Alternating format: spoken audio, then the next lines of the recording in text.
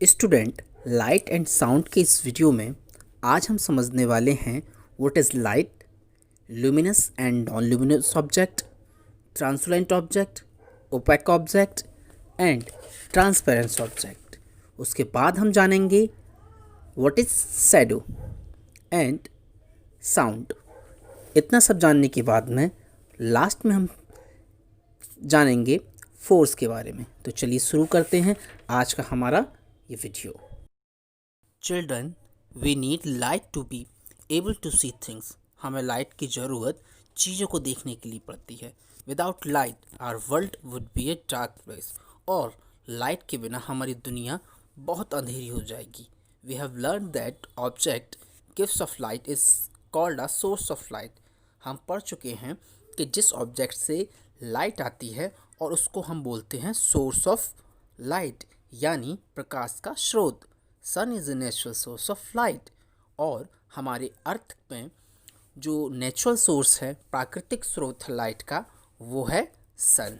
Okay, अब light के बारे में कुछ और जान लेते हैं। Some object give out light and some object do not give out light. Student, हमारे चारों ओर जो ऑब्जेक्ट हैं उनमें से कुछ ऑब्जेक्ट लाइट देते हैं और कुछ ऑब्जेक्ट लाइट नहीं देते। Student, object that give out light are called luminous object. Object जो लाइट देते हैं उनको बोलते हैं हम ल्यूमिनस ऑब्जेक्ट। एग्जाम्पल सन, दिया, electric bulb and candle. Luminous object can be natural और man made. Student, luminous object man made यानी मानव निर्मित और नेचुरल यानी प्रकृति निर्मित दोनों हो सकते हैं। अब आप बताइए, सन, दिया, बल्ब और कैंडल में से कौन से मानव निर्मित प्रकाश के स्रोत हैं और कौन से प्रकृति निर्मित? ये आप कमेंट करके बताइए। चलिए अब हम आगे चलते हैं। The sun is a natural luminous object.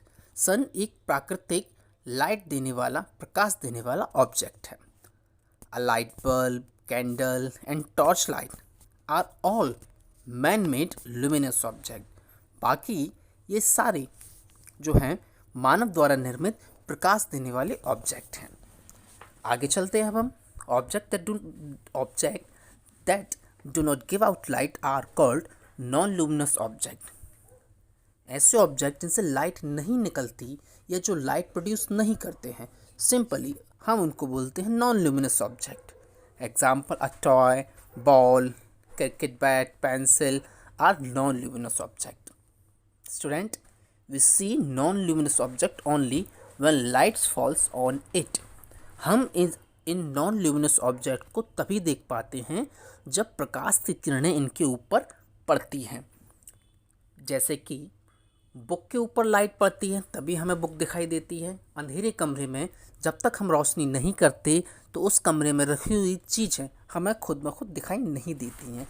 This is why we can not see many things in the dark and need to use light from a luminous object. ये तो था ल्यूमिनस और नॉन ल्यूमिनस ऑब्जेक्ट के बारे में। आइए अब जानते हैं transparent, opaque and transparent object के बारे में।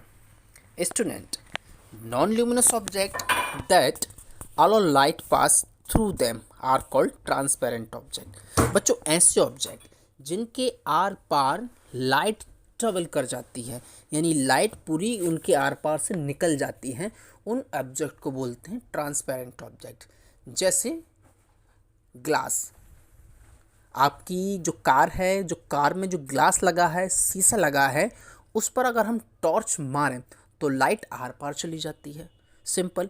और चलिए हम टॉर्च की लाइट भी नहीं मारते हैं, हमें उस ग्लास के आर पार इसीलिए देख पाते हैं जिससे क्योंकि लाइट उस ग्लास के आर पार जाती है। और अगर ऐसा नहीं होता तो हम उस ग्लास के आस पार नहीं देख पाते। समझ आ रहा है?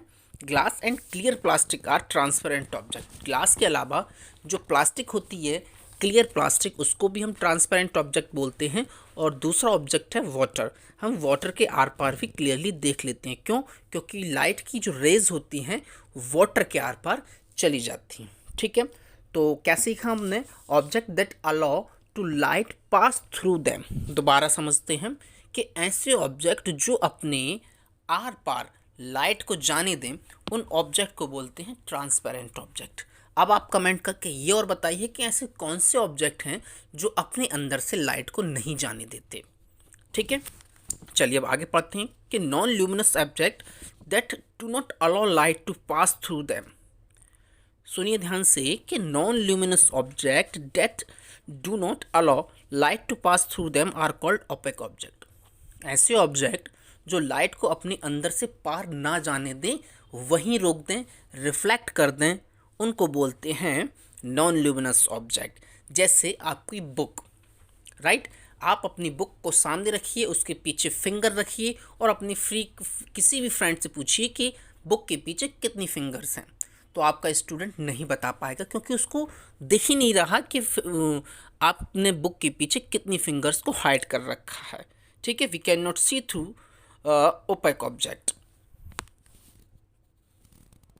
Would and books are opaque object, we can not see through them opaque object, और हम ओपेक ऑब्जेक्ट के आर पार नहीं देखते। बच्चों, इन दोनों के अलावा एक ऑब्जेक्ट और होता है जो लाइट को पूरी तरीके से रोकता भी नहीं है और लाइट को थोड़ा सा अपने आर पार जाने देता है। यानी कि ऐसे ऑब्जेक्ट जो लाइट की कुछ क्वांटिटी को अपने आर पार जाने दें, उन ऑब्जेक्ट को बोलते हैं ट्रांसोलेंट्स ऑब्जेक्ट। ध्यान से सुनिए कि एक ऑब्जेक्ट वो होते हैं जो अपनी आर पार लाइट को जाने देते हैं, उनको बोलते हैं transparent object. And second kind of object that allow light to travel through them, दूसरे प्रकार के वो ऑब्जेक्ट होते हैं जो अपने आर पार लाइट को जाने नहीं देते, जैसे बुक, वुड एक्सेट्रा। ट्रांसपेरेंट में ग्लास, वाटर एक्सेट्रा। और ऐसे ऑब्जेक्ट जो लाइट को पूरी तरह अपने आर पार जाने से नहीं रोक पाते, कुछ क्वांटिटी लाइट की उन ऑब्जेक्ट से पार हो जाती है, जिसकी वजह से हमें कुछ ऑब्जेक्ट धुंधले दिखाई देते हैं, अनक्लियर दिखाई देते हैं, उन ऑब्जेक्ट को बोलते हैं ट्रांसोलेंट ऑब्जेक्ट। एग्जाम्पल के लिए हम मिल्की पेपर लेते हैं और मिल्की पेपर के पीछे फिंगर रखते हैं अपनी, तो हमें अपनी फिंगर क्लियर दिखाई देंगे। या फिर आप कोई भी सिंपल सा पेपर लीजिए, उस पर ऑयल की बूंदा डाल दीजिए, जिससे क्या होगा कि आपको उस पेपर के आर पार थोड़ा थोड़ा दिखने लग जाएगा। तो हमने अभी समझ लिया है transparent object, translucent object and opaque object. आइए अब हम कुछ जानकारी जुटाते हैं शैडो के बारे में। स्टूडेंट्स, शैडो क्या होता है? When light falls on an opaque object. याद रखिए, ओपेक ऑब्जेक्ट। अब ओपेक ऑब्जेक्ट क्या होता है, मैं आपको बता चुका हूँ कि जब किसी ओपेक ऑब्जेक्ट पर लाइट पड़ती है, light can not pass through it, और लाइट उससे आर पार नहीं जाती है।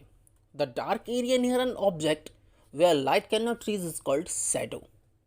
सुनिए कि जब किसी ओपेक ऑब्जेक्ट पर लाइट पड़ती है तो लाइट उस ऑब्जेक्ट के आर पार नहीं जाती, तो उस ऑब्जेक्ट के पास में एक डार्क एरिया बन जाता है, और उस डार्क एरिया जहाँ पर लाइट नहीं पहुँचती है उसको हम बोलते हैं शैडो। अब कुछ इंपॉर्टेंट फैक्ट्स हैं शैडो के बारे में। To form a shadow we require a source of light and an object. Shadow बनाने के लिए हमें सबसे पहली ज़रूरत होगी सोर्स ऑफ लाइट की, दूसरी ऑब्जेक्ट की। To form a shadow we require a source of light and an opaque object, यानी हमारे पास एक ऐसा ऑब्जेक्ट हो जो लाइट को अपने आसपास ना जाने दे, और सोर्स ऑफ लाइट। दूसरा पॉइंट देखते हैं, shadow is always black in colour. Shadow हमेशा काले रंग की ही बनती है, इसके अलावा कोई उसका दूसरा, तीसरा, चौथा कलर नहीं होता। याद रखिए, a shadow is always black in colour. तीसरा पॉइंट देखते हैं, a shadow is always formed on the side opposite to the source of light, यानी कि शैडो हमेशा सोर्स ऑफ लाइट की अपोजिट डायरेक्शन में बनती है। ये तो हो गया हमारे पास में शैडो के बारे में कुछ इंपॉर्टेंट इन्फॉर्मेशन। अब साउंड के बारे में पढ़ते हैं। We hear sound with our ears. हम साउंड अपने कानों से सुनते हैं। There are many different kind of sound. We hear such sound as the sound of the school bell, school bus, blowing horn, a teacher talking and children singing. हम अलग अलग जगह से साउंड सुनते हैं। इस समय भी आप जो वीडियो देख रहे हैं उसके साथ साथ सुन भी रहे हैं। ठीक है, स्कूल में घंटी बजना, बच्चों का गाना, प्रेयर, जो ड्राइवर है जो कैब चलाते हैं उनका horn. We enjoy listening children singing, और बच्चों के गाने को हम इन्जॉय करते हैं। जो साउंड जिससे हमें सुन के खुशी मिलती, आनंद आता, उसको बोलते हैं pleasant sound. We do not enjoy listening to the children shouting loudly. और अगर यही बच्चे जोर जोर से गाने लगे तो हमें मज़ा नहीं आएगा, और उस साउंड को बोल देंगे हम unpleasant sound. Loud and unpleasant sound is called noise. ऊंचा गाना और जिसको सुनकर बिल्कुल भी आनंद नहीं आए उसको बोलते हैं नॉइज़। अब नॉइज़ किस किस चीज़ से होता है? नॉइज़ क्लास में शोर करने से, कारों के हॉर्न से, बसेस के हॉर्न से, लाउड स्पीकर से, honking cars and buses, loudspeaker and television and music playing very loud can all causes pollution, noise pollution. Noise not only harms of art, it also disturbs other. ये हमारे कानों को नुकसान नहीं पहुंचाता बल्कि दूसरों को भी परेशान करता। Thus we should try to reduce noise. इसीलिए हमें कोशिश करनी चाहिए कि हम नॉइज़ को कम करें। और अब जानते हैं फोर्स के बारे में। स्टूडेंट, जब आप क्लास में एंटर होते हो और आपको दरवाज़ा बंद मिलता है, आप क्लास में एंटर होने की कोशिश कर रहे हो, दरवाज़ा बंद है, तो क्या करते हैं आप? या तो दरवाजे को खींचते हैं या दरवाजे को धक्का देते हैं। बस यही तो फोर्स है। Force is a kind of energy, एक प्रकार की एनर्जी है। कोई आपसे पूछे तो फोर्स क्या होता है, आप बोलिए force is a kind of energy. और दूसरी एक और डेफिनेशन आप दे सकते हैं, force is a kind of push और पुल। फोर्स क्या है? या तो धक्का है या खिंचाव है। In our day to day life we often pull or push many things. We push a box to move in a particular direction, we pull a door to open it.